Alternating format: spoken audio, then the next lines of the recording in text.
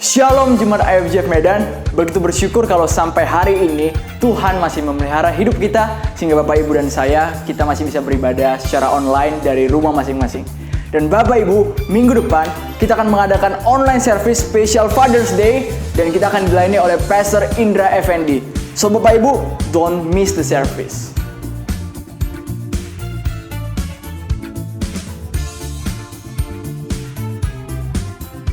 Bagi Bapak Ibu yang mempunyai anak yang berusia di bawah 12 tahun, Bapak Ibu bisa mengarahkan putra-putri Anda untuk mengikuti ibadah kids secara online melalui channel YouTube IFJF Kids selepas ibadah ini selesai.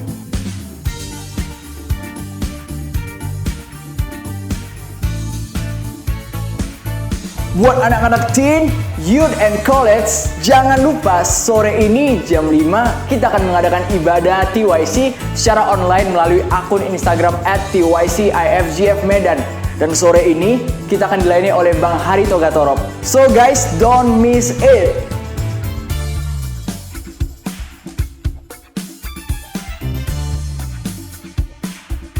Ibadah doa malam kita akan dilaksanakan setiap hari Selasa jam 7 malam melalui aplikasi Zoom. Bagi Bapak Ibu yang rindu untuk mengikuti ibadah doa malam, Bapak Ibu bisa menghubungi kontak person yang tertera di layar Anda masing-masing.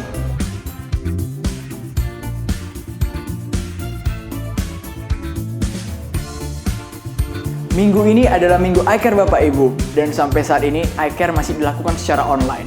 Bagi Bapak Ibu yang belum tergabung dalam sebuah komunitas iCare dan Bapak Ibu rindu, Bapak Ibu boleh menghubungi kontak person yang tertera di layar Anda masing-masing.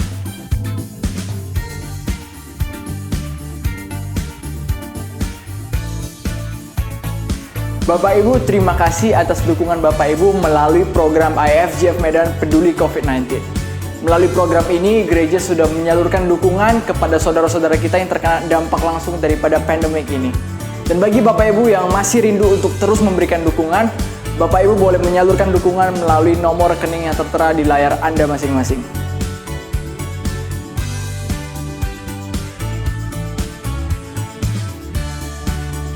Untuk persembahan persepuluhan maupun persembahan umum, Bapak Ibu dapat mengirimkannya melalui nomor rekening yang tertera di layar Anda masing-masing.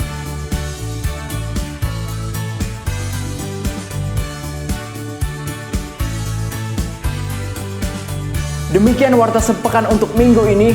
Enjoy the service and be blessed. Shalom, selamat pagi IFJF Medan. Saya percaya bahwa keberadaan kita saat ini adalah karena kebaikan Tuhan, karena penyertaan Tuhan di dalam hidup kita. Kita akan mulai ibadah kita berikan yang terbaik, kita buka hati kita menyembah di dalam roh dan kebenaran, karena Allah kita adalah Allah yang benar. Haleluya.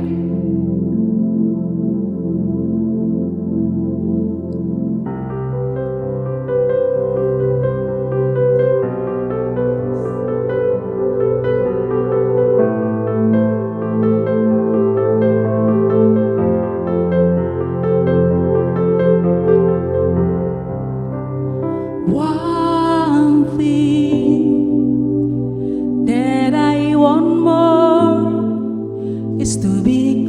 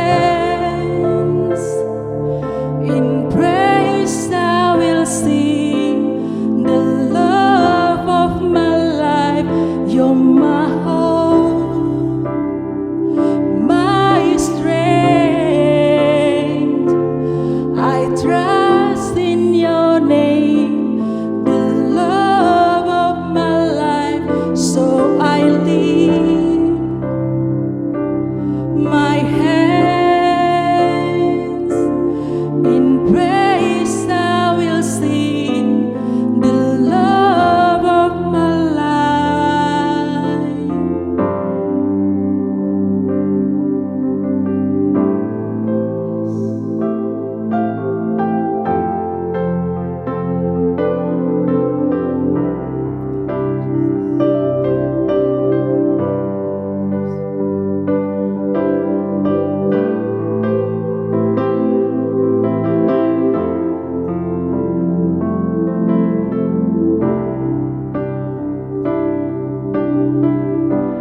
All my fears and my doubt have fled in the power of the cross.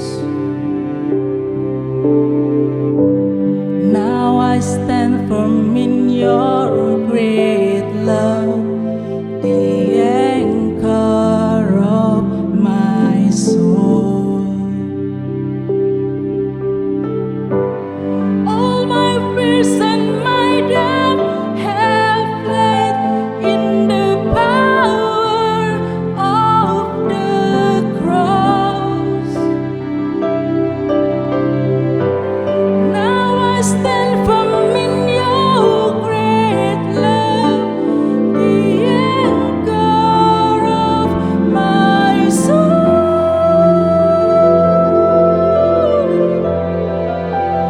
You're my hope, my strength.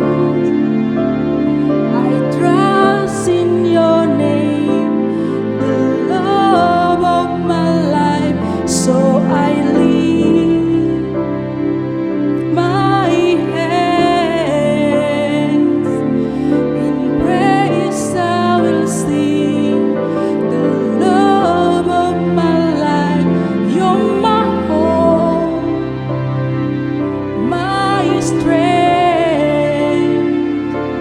I trust in your name, the love of my life. So I lift my hands in praise. I will sing the love of my life.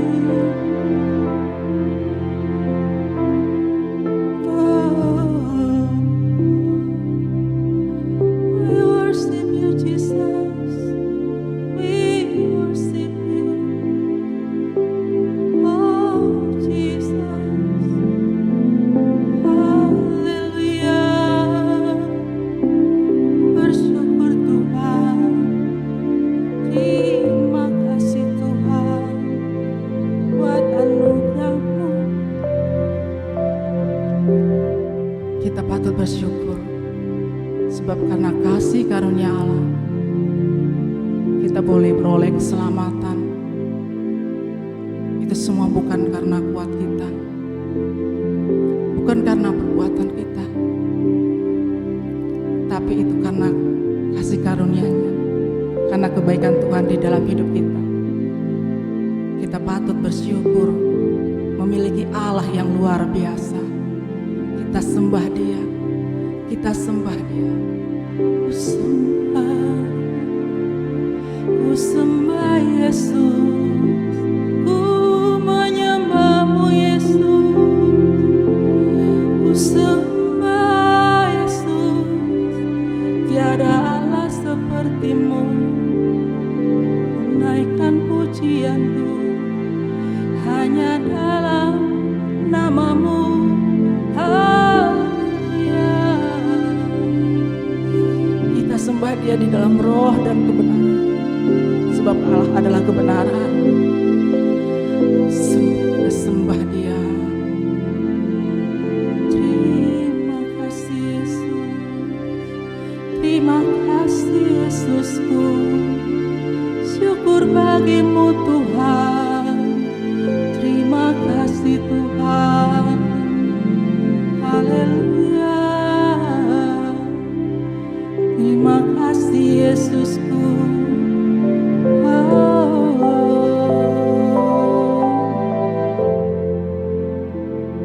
You're my hope,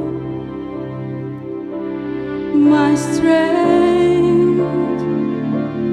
I trust in your name, the love of my life. So I lift my hands in praise. I will sing the love of my life. You're my hope, my strength. I trust in your name, the love of my life. So I lift my hands in praise. I will sing the love of my life.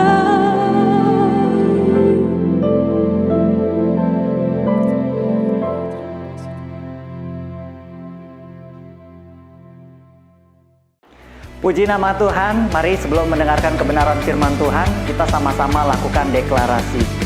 Anda siap semuanya? 1, 2, 3. Inilah kabar baik, saya diselamatkan oleh kasih karunia Allah, bukan oleh perbuatan saya. Saya dibenarkan, saya diubahkan, dan saya diberkati di dalam Dia.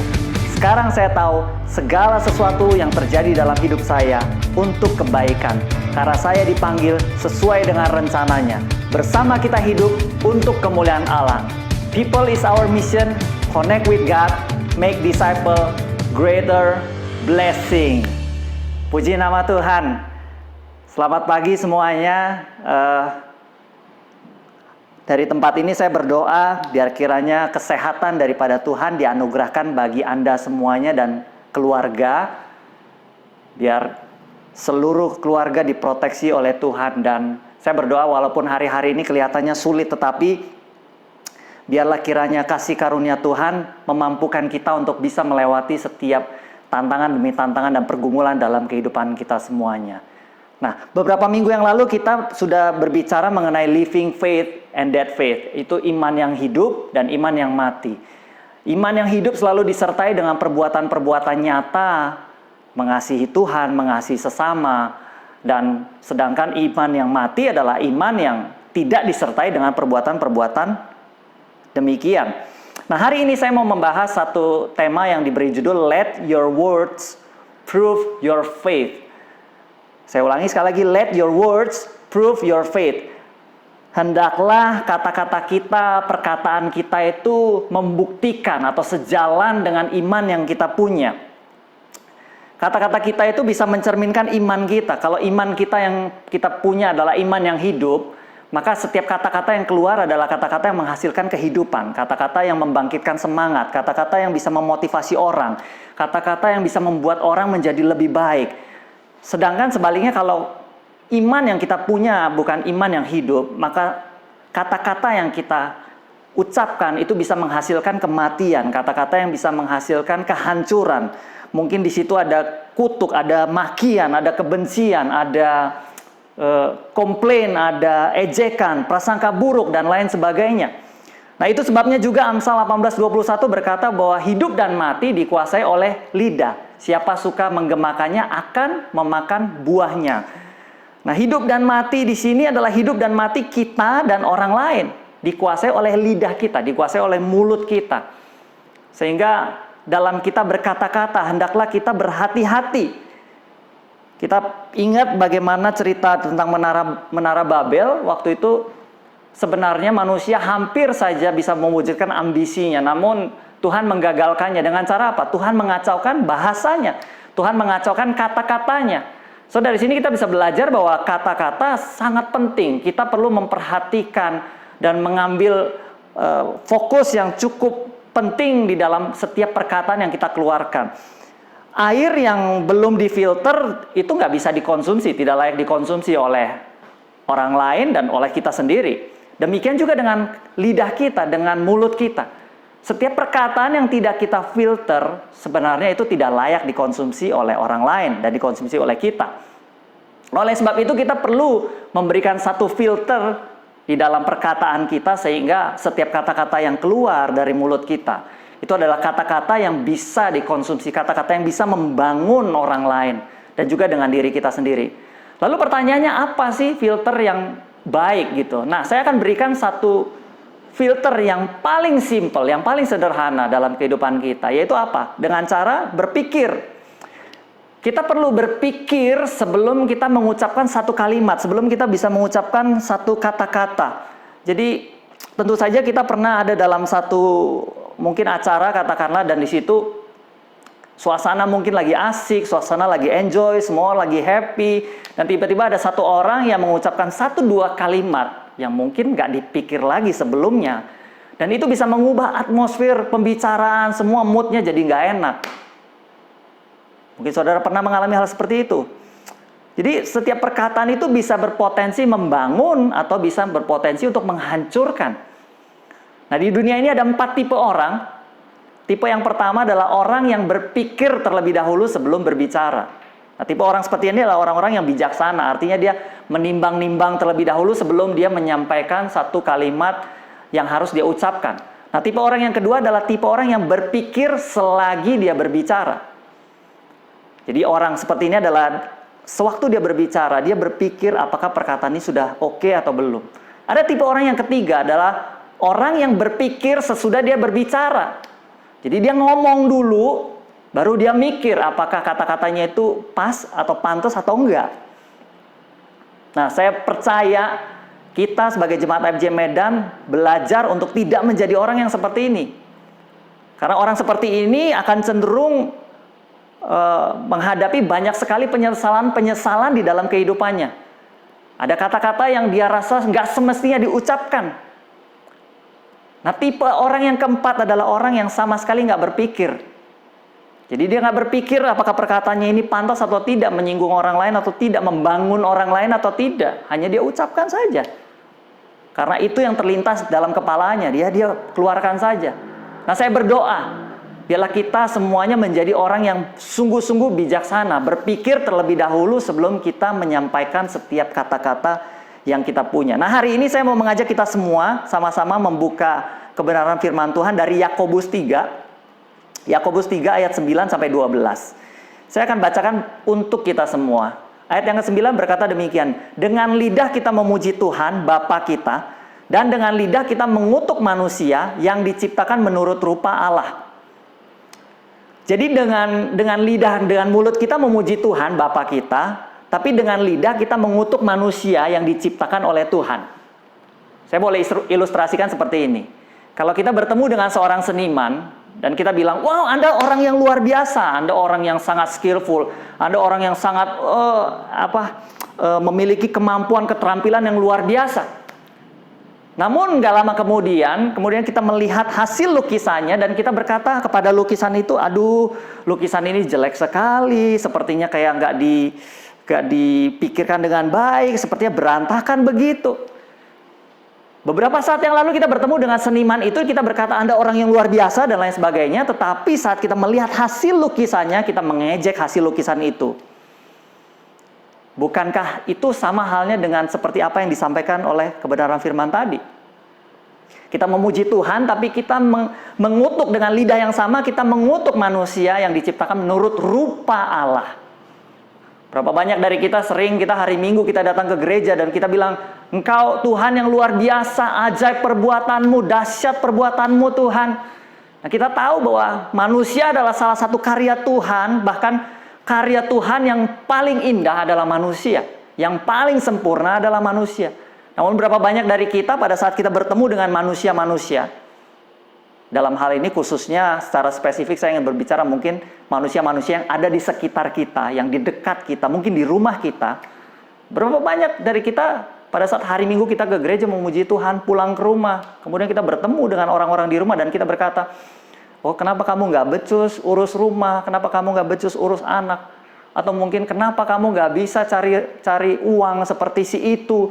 Atau mungkin kita berkata, oh, kenapa kamu sebagai anak kamu nggak bisa berprestasi seperti anaknya si itu? Dan kita mulai membanding-bandingkan. Kita mengatakan bahkan mungkin mohon maaf, ada kata-kata kutuk, ada kata-kata kebun binatang keluar. Bukankah itu yang diungkapkan oleh Yakobus dan diingatkan oleh Yakobus di sini?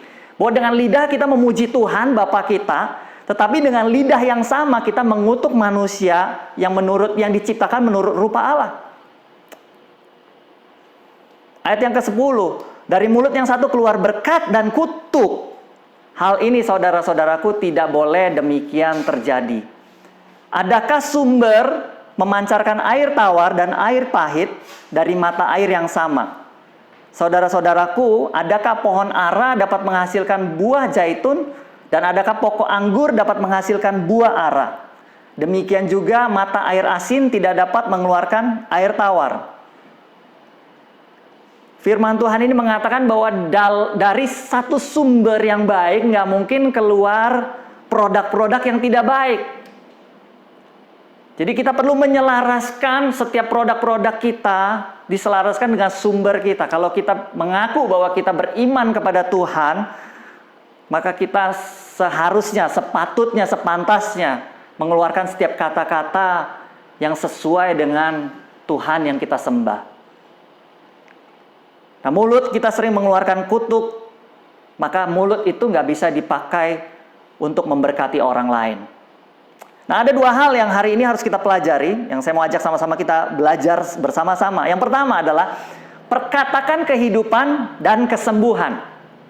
Kenapa? Karena Tuhan yang kita sembah adalah Tuhan yang menciptakan kehidupan dan kesembuhan. Dia adalah sumber kehidupan dan sumber kesembuhan. Oleh sebab itu sudah sepantasnya kita sebagai orang yang mengaku beriman kepada Tuhan, setiap kata-kata yang keluar haruslah bisa menghasilkan kehidupan dan menghasilkan kesembuhan dan berkat buat orang lain. Karena kalau kata-kata kita yang keluar itu bukan tentang kehidupan, bukan tentang kesembuhan, maka bisa dibilang sesungguhnya kita tidak beriman kepada Tuhan. Nah, seringkali kita menyalahkan mood sebagai penyebab kata-kata kita yang tidak baik. Aduh, mood saya lagi nggak enak, mood saya lagi, makanya saya bisa ngomong ini, saya lagi kesel, makanya saya bisa ngomong ini. Nah, saya mau bilang ada satu quote yang bagus, dikatakan seperti ini, don't mix bad words with your bad mood. You will have many opportunities to change a mood, but you will never get the opportunity to replace the word you spoke. Jangan campur adukan, jangan salah artikan mood atau suasana hati kita yang tidak baik dengan perkataan yang buruk. Karena kenapa? Karena kita akan punya banyak sekali kesempatan untuk mengubah suasana hati kita yang dari jelek jadi baik. Banyak sekali kesempatan kita bisa merubahnya. Tetapi kita tidak akan punya banyak kesempatan. Bahkan mungkin kita tidak akan punya kesempatan untuk menggantikan setiap kata-kata yang sudah terlanjur keluar dari mulut kita. Jangan pernah mix bad word dengan bad mood. Banyak sekali rumah tangga yang hancur, berantakan hanya karena perkataan. Ucapan-ucapan ketidakpuasan, ucapan ketidaksenangan, komplain dan lain sebagainya. Terus menerus diucapkan. Sehingga itu bisa membawa kehancuran antara suami dan istri, istri dan suami. Mungkin juga orang tua dengan anak-anak. Saya banyak sekali berjumpa dengan beberapa anak muda dan mendengar cerita mereka, bagaimana mereka mengalami satu namanya kekecewaan terhadap orang tuanya. Dalam kesempatan yang baik ini, izinkan saya berbicara, mewakili setiap anak-anak muda, setiap anak-anak. Menurut saya setiap anak-anak butuh yang namanya pengakuan, ungkapan pengakuan daripada orang tuanya. Bukan pengakuan bahwa, kamu anak saya, kamu ini. Bukan hanya sekedar itu, tetapi kita perlu sebagai orang tua, termasuk saya belajar juga. Sebagai orang tua kita perlu memberikan satu pengakuan seperti, nggak peduli bagaimanapun prestasimu, apakah engkau hebat atau tidak secara skill, kamu tetap anak saya. Bagaimanapun kamu nanti, kamu tetap anak saya. Apapun yang sudah terjadi, kamu tetap anak saya. Menurut saya, setiap anak-anak butuh untuk mendapatkan pengakuan-pengakuan seperti ini. Karena banyak sekali anak-anak muda yang terlibat dalam kenakalan-kenakalan remaja. Hanya karena mereka tuh sebenarnya butuh pengakuan. Dan itu nggak bisa mereka dapatkan di rumah. Sehingga mereka mencari pengakuan di luar. Supaya dilihat jago, mereka ngerokok, mereka ngobat dan lain sebagainya. Supaya dilihat jago, supaya diterima oleh teman-temannya. Dan saya berdoa itu tidak terjadi dalam jemaat FJM Medan. Dan juga mungkin sebaliknya ada rumah tangga yang tadinya hancur berantakan. Tetapi karena perkataan, itu bisa kembali menjadi baik, itu bisa kembali dipulihkan. Hanya karena mungkin ada kata-kata di situ. Maafkan saya. Ada kata-kata pengampunan di situ. Ada kata-kata mari coba lagi yuk. Ada kata-kata mari kita upayakan lagi. Dan saya berdoa inilah yang akan terjadi di dalam setiap rumah tangga yang mungkin saat ini mengalami keretakan, perpecahan, dan kehancuran. Tetapi saya berdoa dari tempat ini pemulihan terjadi dalam setiap rumah tangga yang ada. Di dalam nama Tuhan Yesus. Perkataan adalah awal perubahan. Ya, bukankah kalau kita menginginkan atau mendambakan satu perubahan, kita akan berkata, saya punya mimpi, one day saya akan begini. Bukankah demikian?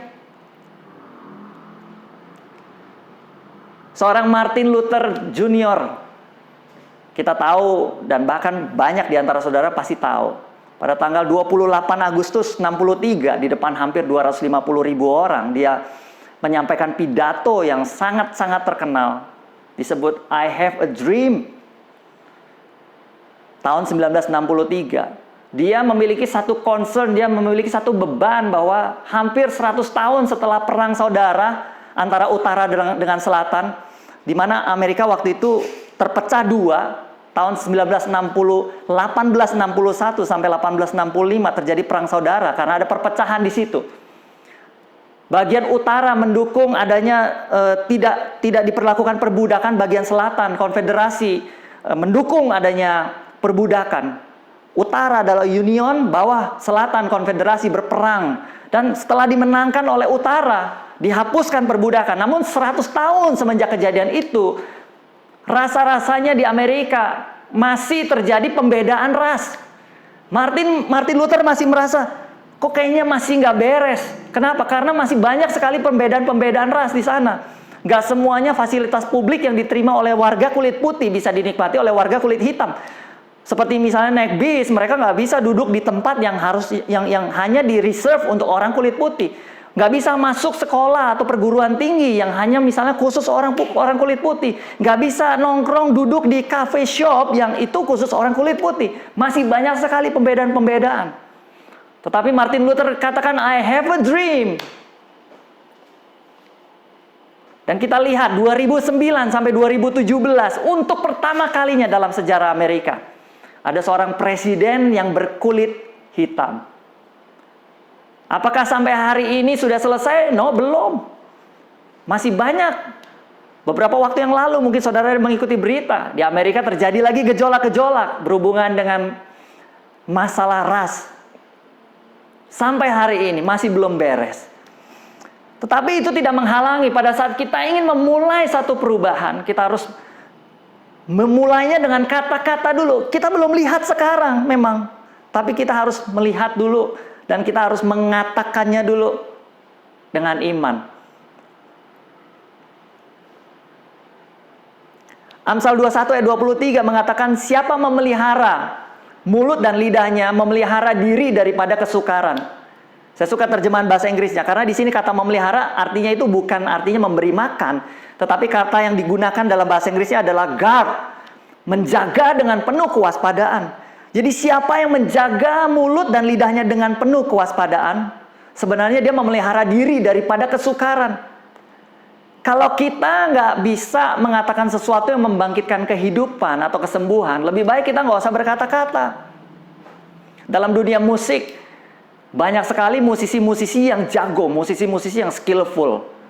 Tetapi untuk musisi yang dewasa, sangat sulit ditemui, sangat jarang ditemui. Apa bedanya? Apa sih musisi yang dewasa? Musisi yang dewasa adalah musisi yang dalam memainkan komposisi dalam satu lagu, dia mengerti kapan dia harus main, kapan dia harus tidak main.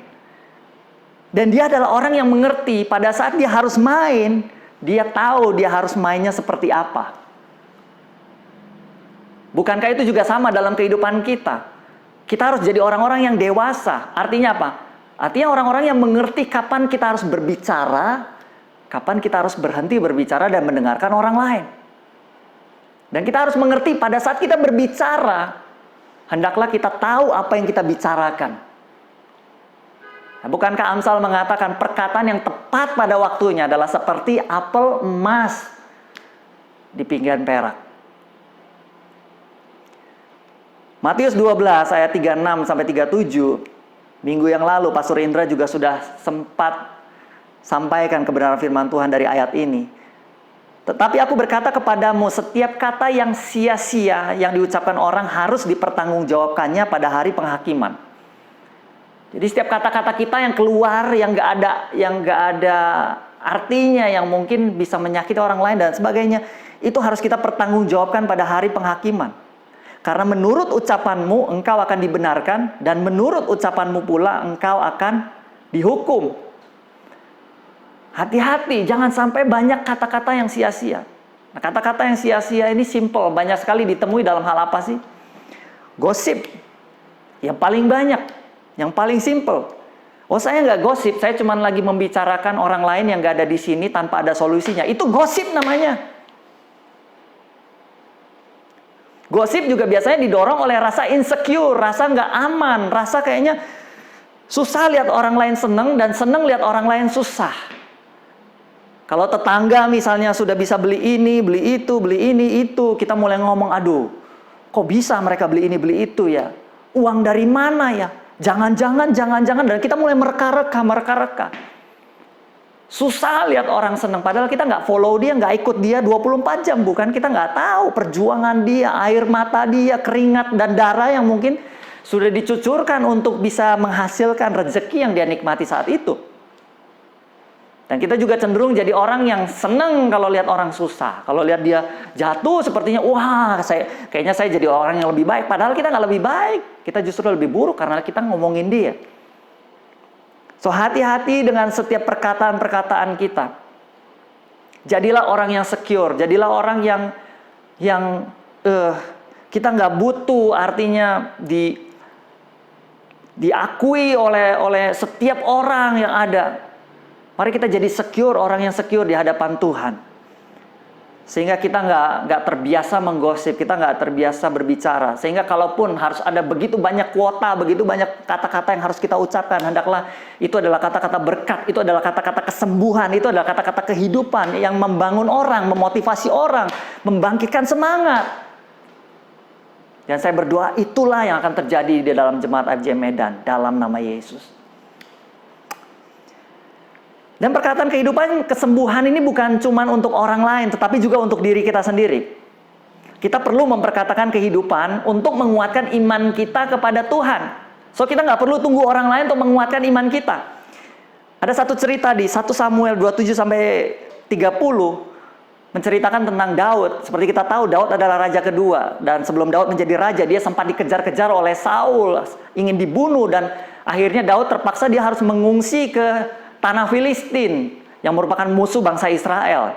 Tapi kata Daud, bohwat, dia nggak bisa lagi, dia nggak tahu lagi mau ngapain. Akhirnya dia lari ke Filistin dan dia diterima oleh Akis, salah seorang raja kota di Filistin, dan dia tinggal diberikan tempat tinggal, nama daerahnya Ziklag. Dan di daerah itu sesudah berapa lama kemudian bangsa Filistin maju berperang melawan bangsa Israel. Dan kemudian Akis memanggil Israel untuk, ayo, come on, kamu udah tinggal di sini, kamu bantu kita perang, kita mau sama-sama memerangi bangsa Israel. Kemudian Daud dan beserta dengan pasukannya yang mengikut dengan Raja Akis ini.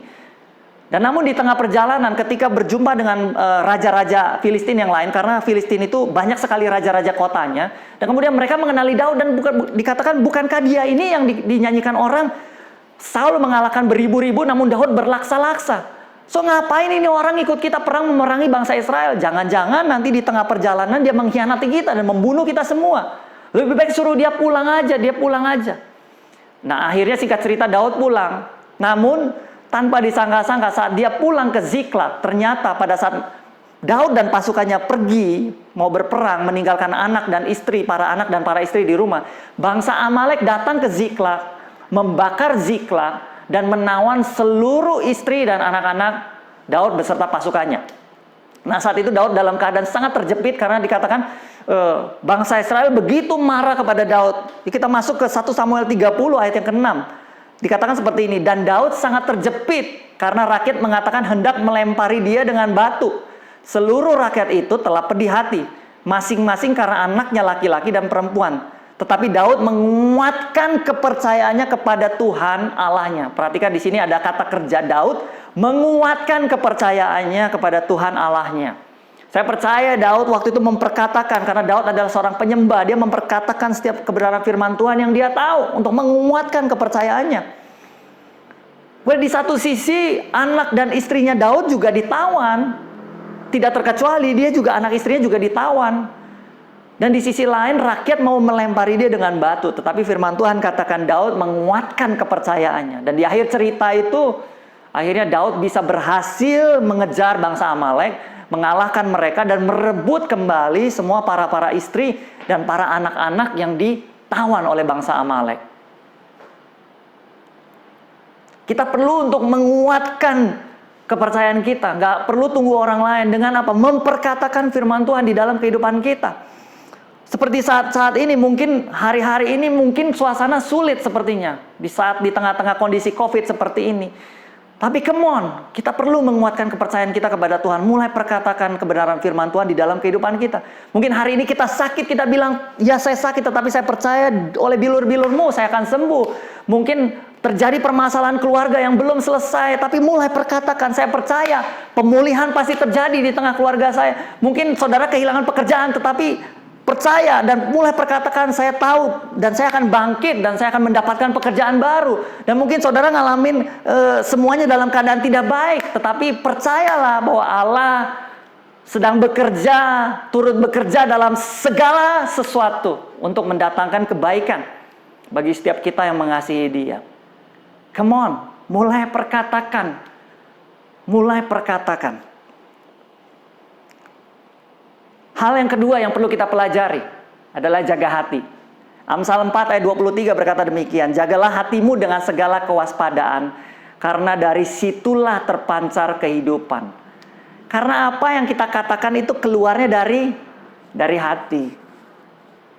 Makanya kalau anak muda putus cinta, ngomongnya sakitnya sakit apa? Sakit hati. Lukas 6 ayat 45.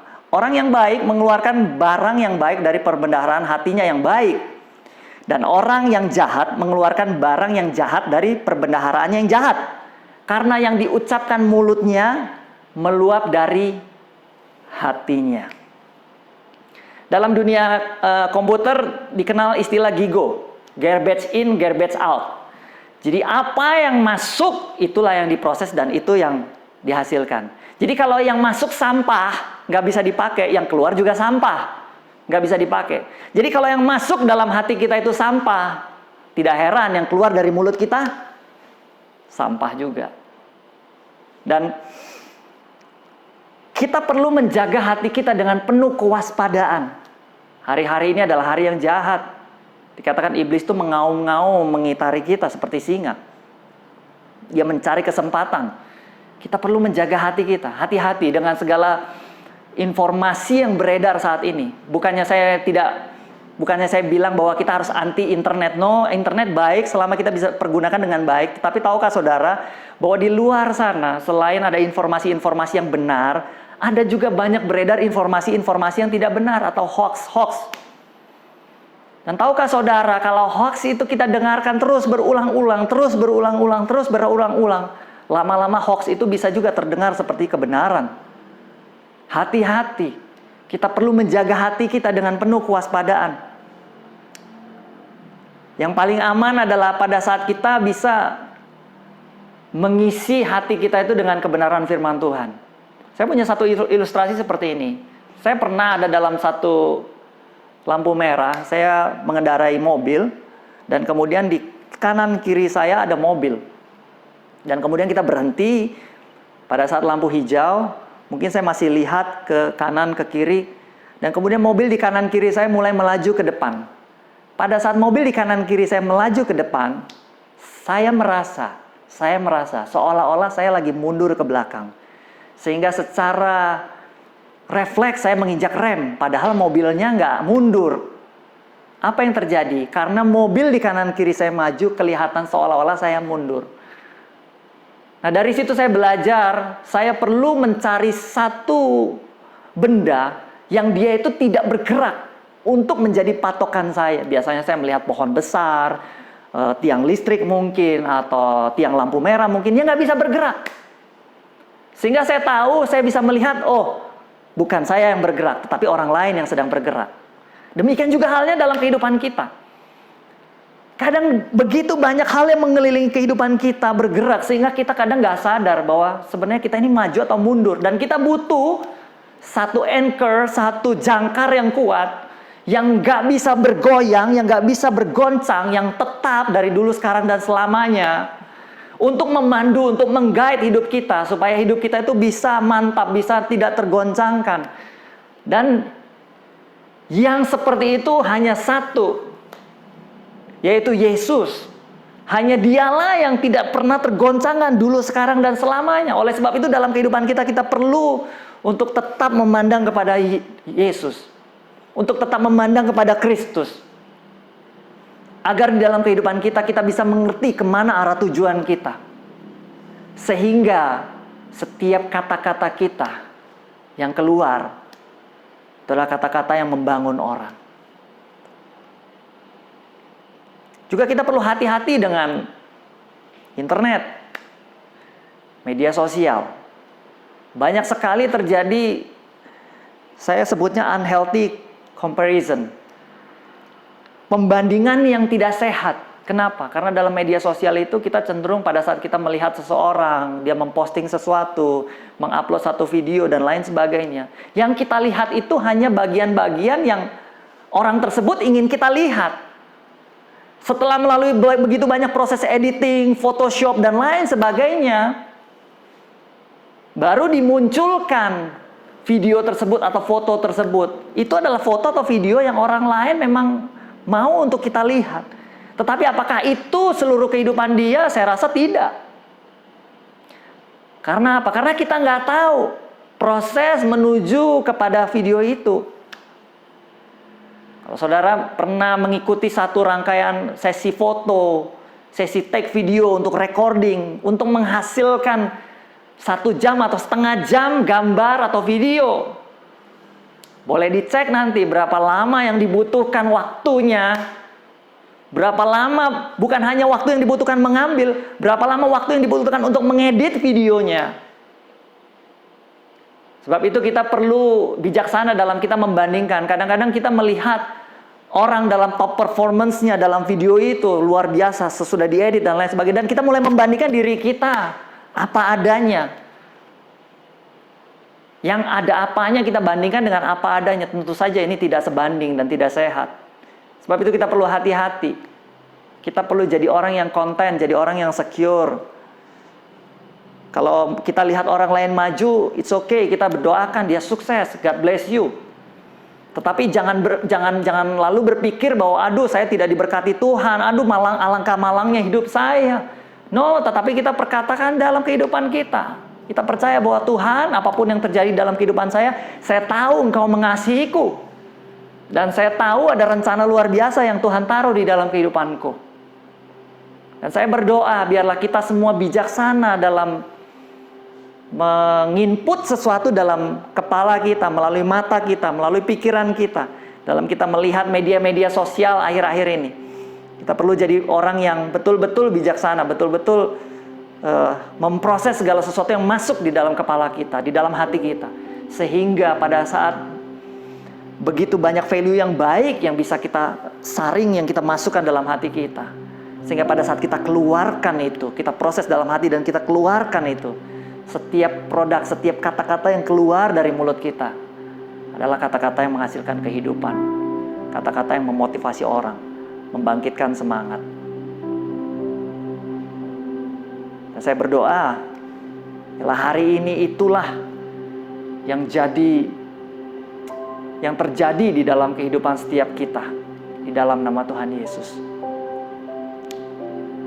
Dan mungkin selama ini kita merasa, setelah mendengarkan ini, mungkin saudara merasa bahwa aduh, alangkah banyaknya kesalahan saya dalam berkata-kata selama ini. Gak apa-apa. Saya juga termasuk orang yang seperti itu.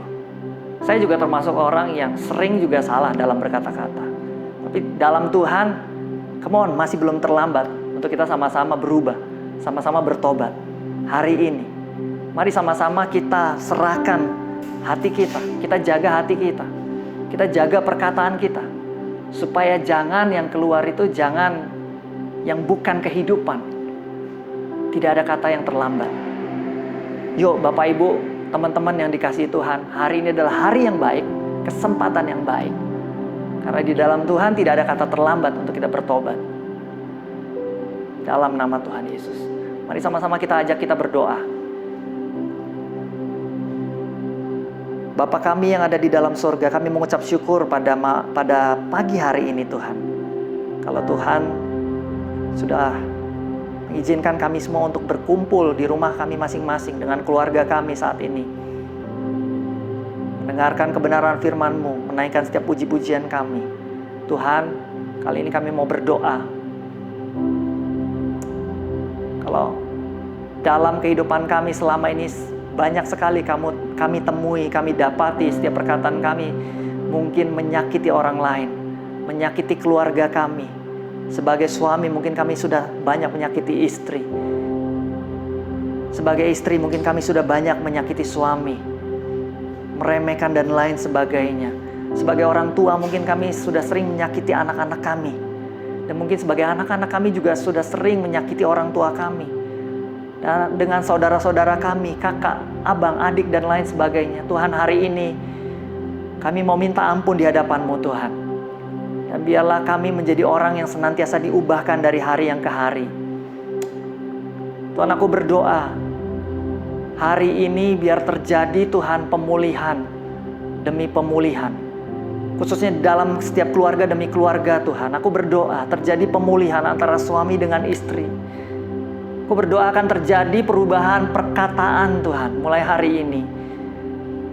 Antara orang tua dengan anak-anak akan terjadi perubahan perkataan di dalam nama Tuhan Yesus. Ada kata-kata kehidupan yang keluar di dalam nama Tuhan Yesus. Juga antara anak kepada orang tua.